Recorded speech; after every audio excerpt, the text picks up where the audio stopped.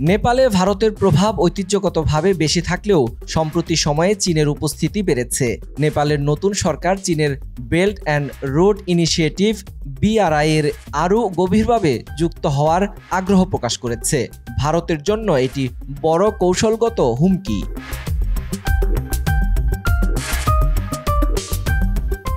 একই পরিস্থিতি মালদ্বীপে। দেশটির নতুন সরকার চীনের সঙ্গে আরও ঘনিষ্ঠ সম্পর্ক গড়ে তুলেছে। দেশটির প্রেসিডেন্ট মোহাম্মদ মুইজ্জু সম্প্রতি চীন সফর করেছেন এবং সেখানে একাধিক বিনিয়োগ চুক্তি করেছেন। এটি ভারত মালদ্বীপ সম্পর্কে টানাপোড়েন সৃষ্টি করেছে। এদিকে বাংলাদেশ ও ভারতের মধ্যে ঐতিহাসিক বন্ধুত্বপূর্ণ সম্পর্ক থাকলেও সাম্প্রতিক সময়ে কূটনৈতিক ও অর্থনৈতিক কিছু বিষয় উত্তেজনা বেড়েছে।